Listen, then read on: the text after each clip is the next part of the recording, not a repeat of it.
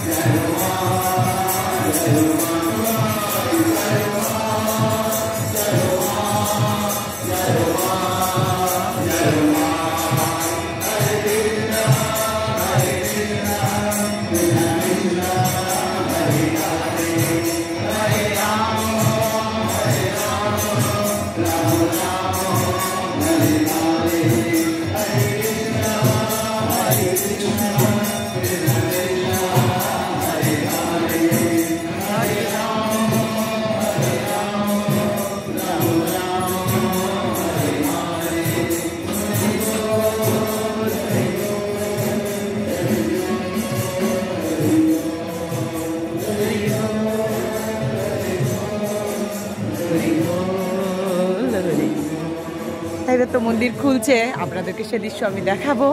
তাই কেমন লাগলো আমাকে অবশ্যই জানাতে ভুলবেন না। সকলে কিন্তু জানাবেন কেমন লাগলো। পৌঁছে গেলাম আমিও, এবারে মন্দির খুলবে। আর দেখুন চাঁদটা কি সুন্দর লাগছে, দেখুন।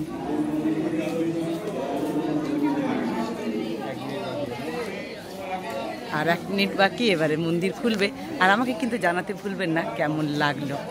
সবাই ভালো থাকুন, মায়ের কাছে এটাই কামনা, সকলে ভালো থাকুন।